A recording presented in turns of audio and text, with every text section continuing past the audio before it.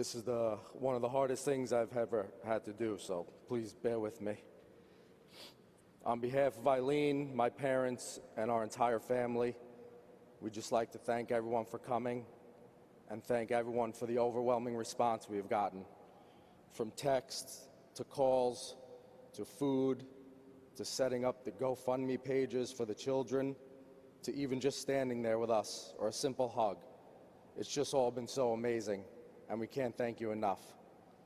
We'd also like to thank the City of New York and the FDNY for the amazing job they have done over the past few days for taking care of our family. Michael became the man he is because of my parents. Mom and Dad, you did an amazing job raising Michael. I guess 1 out of 2 isn't so bad. There's many words and phrases I could use to describe Michael. Humble, compassionate, courageous, genuine, considerate, sincere, stubborn, a man of principle, and a great family man. But one always comes to mind when I think of him, and that's salt of the earth. And obviously, I know what it means, but I wanted to look up the official definition of the term. And it said, an individual considered as representative of the best or noblest elements of society. Now, if that's not a perfect summation of the person that Michael was, then I don't know what is. He was a man of high moral principles and ideals and never wavered from that. In May of 2003, when he joined the FDNY, Michael became a hero of the people of New York City. But to me, Michael has been my hero my entire life. A lot of times when an only child becomes an older brother or sister, they become very jealous of the new baby in town, but not Michael.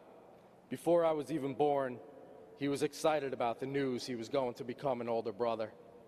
I even had the honor of having him name me. Him and my mom were sitting around one day talking about what they were going to name me, and he just said, I like the name Eric James, and that's how I became EJ. And not only was he my older, yet not bigger brother, which I love to remind him about on a daily basis, but he really was my best friend and the person I turned to for advice, decisions, and basically everything that was going on in my life.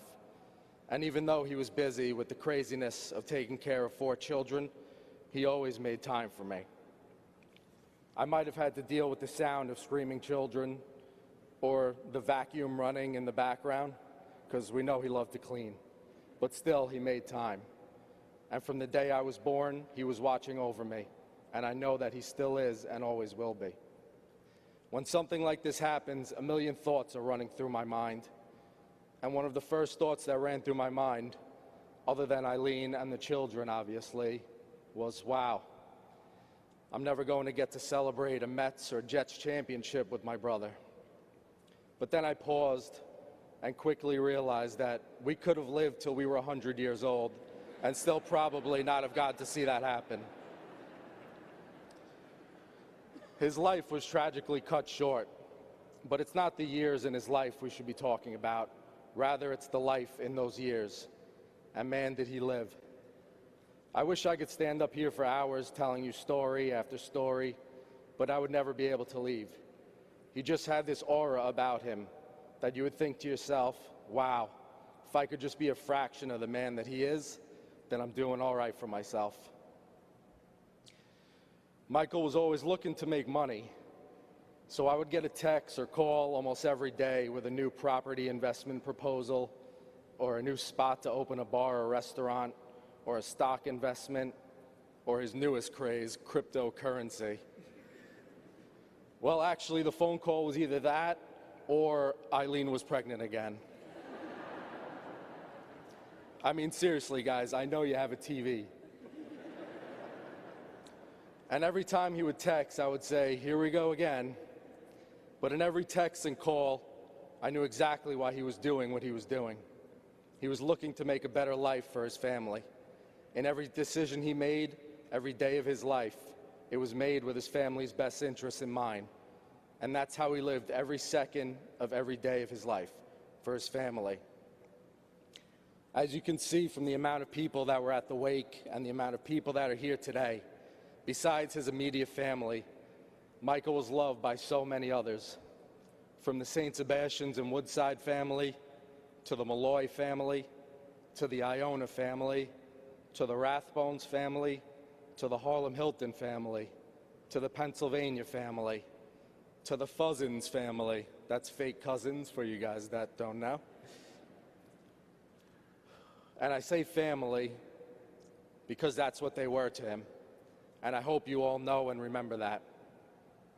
One of the hardest decisions we've had to make over the past few days was where to have the funeral.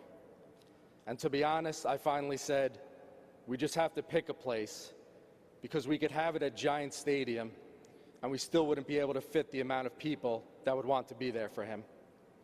I just couldn't think of a better way to send him off, to shut down Fifth Avenue in the greatest city in the world and let the city and the people of New York and the entire country say to themselves, wow, this guy must be important.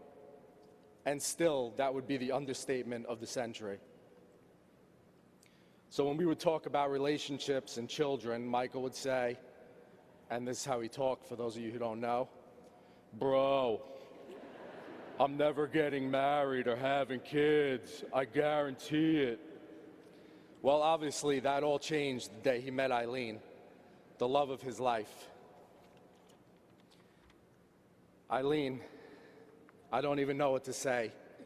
I thought Michael was strong, but you are like if Hercules and Wonder Woman got together and had a love child. I'm in awe to see the strength you have shown the last few days. I love you.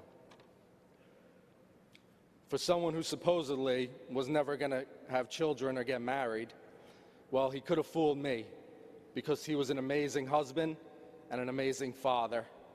And his memory will live on forever through his 4 beautiful children, Brooke, Joe, Emily, and Amy, who he lived for. There's a famous saying in the fire department, just do the right thing. And doing the right thing is the easy part, but knowing what the right thing to do is, well, that's the hard part for most people, but not Michael. He somehow always knew what the right thing to do was, and that's exactly what he did. I could seriously go on for days with the amount of people that Michael has touched or influenced in his life, and I wish I could stand here and tell you story after story, but I won't. That's where you guys come in. That's what I'm asking all of you to do. Remember the good times. Remember the funny moments. Tell the funny stories. And when you think of Michael, please, please, please, I beg of you, laugh. Don't cry. He wouldn't want it any other way. Thank you.